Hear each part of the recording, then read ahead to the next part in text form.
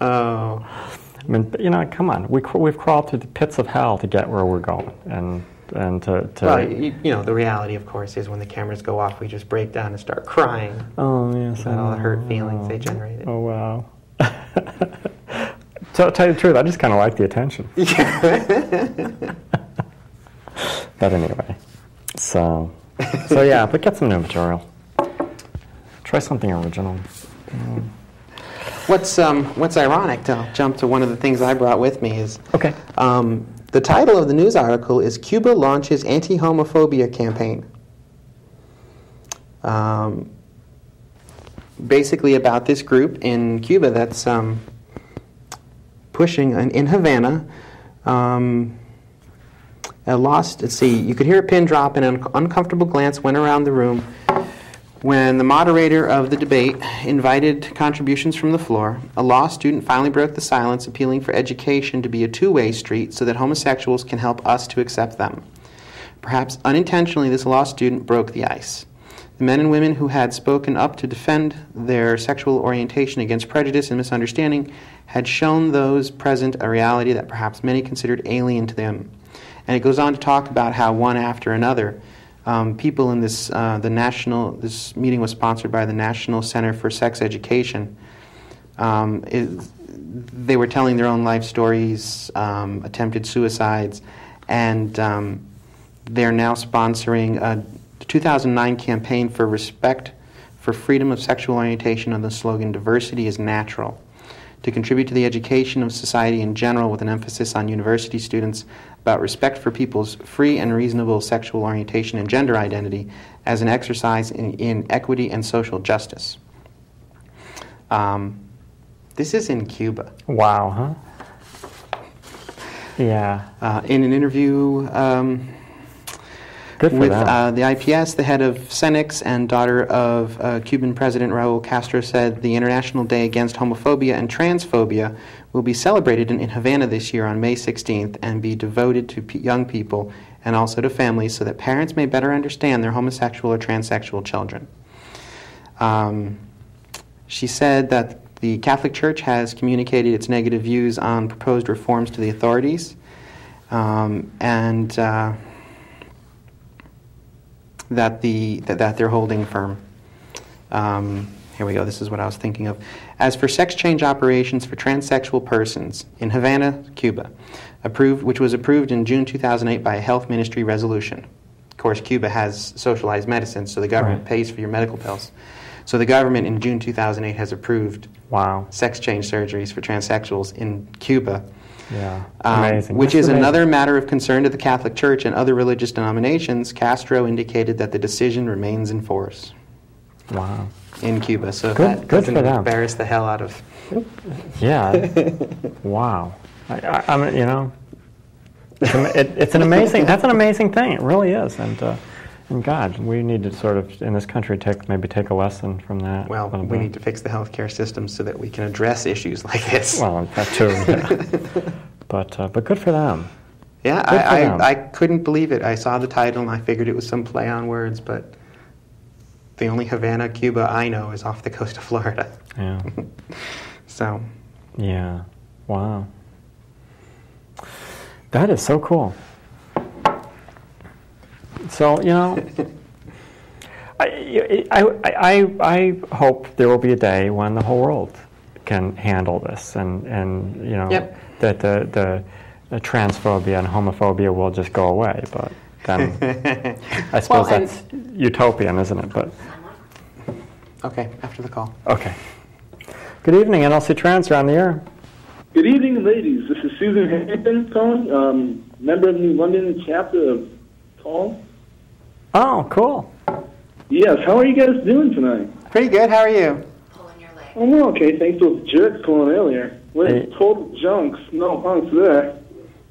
I'm sorry? I don't know what they're talking about. Everybody loves you guys. Okay. Well, thank you. Yes, but, you know, in my factual opinion here, I just need to say that, because they're all going to burn in hell. It's like the devil's dick and ragged. Yeah, we know. I know. Yeah, well, you know, it's amazing though. Points for creativity. Yeah, that's a little better. That is a little better. Thank you. Creativity and originality, although you ended on a soft note, so. Yeah. The thing that sort of amazes me about this is that why doesn't this person have something better to do? You know? It's a Tuesday night at 8 o'clock, and you're at home watching us. Yeah. We must be fascinating. Yeah, I know. So are you going to call back again or what? No, I mean, come on. But anyway. Yeah. So we'll see. Anyway, so that's what great news, and we've got a whole bunch of stuff coming up, and we should talk. You know, I would like to do a whole show on religion and faith and God. We could do that. We could do a whole bunch of shows on that, I'm sure. You know, it's a crazy idea. I bet you if we get in touch with the Family Institute of Connecticut, they might actually send someone. That would be cool. Yeah. If anybody from the FIC is out there watching, yeah. And if you are, why? But yes, that's a good idea. We can have a debate. And you know, at least it's healthy to get the other side's point of view. Sure. We would be willing to do that. We're not afraid. You know, that's one of the things. Ask them point blankly, how do I endanger you? Exactly. How do I endanger your children? Exactly. And why am I so offensive to you? Why is my very existence offensive to you? Yeah, with the live and let live and the turn the other cheek nonsense. It's like, Just it go out seems to the me, window for yeah, it them? seems to me like our caller is one of those that would have thrown me to the lions. What does that make him? Yeah, or ran over you with his truck. Yeah, exactly. But sure. I would really like to understand why I'm so dangerous. Because quite honestly, I don't feel dangerous. So, Yes, anyway. your mere existence taints the gene pool. Oh, God. Yeah. Yes. Oh, anyway. Well, on a less bright note, the other article that I brought was the Obama administration delays changes to military gay ban. The Don't Ask, Don't Tell policy bans openly gay men and women from serving in the U.S. military. And it's had a severe impact, not from this article, but from another, on the translation services, among other things, that people that have language skills have been kicked out of the military because they've admitted to being gay. Mm. What's more important here? Yeah, We're not talking about frontline combat. The U.S. Defense Secretary Robert Gates has said the military's Don't Ask, Don't Tell policy regarding gay and lesbian service members is unlikely to be changed anytime soon. Speaking on Fox News on Sunday, he said, "The President and I feel like we've got a lot on our plates right now, and let's push that one down the road a little bit."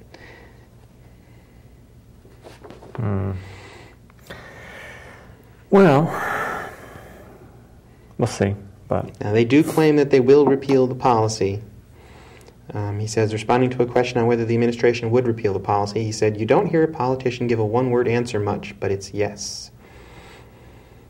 So if it's so obvious that it's going to be repealed, why not repeal it and let the folks who have to figure out how to implement it and make things work get started? right. Agreed. Please don't tell me you're waiting for the war to be over so that people have free time to do this, because No one will ever have free time. yeah. It's not about, I know. It just doesn't work that way. You can't, the wait till I'm not busy thing. They say, according to the Service Members Legal Defense Network, nearly 12,500 servicemen and women have been discharged, and up to 45,000 Americans have been discouraged from joining due to the Don't Ask, Don't Tell policy.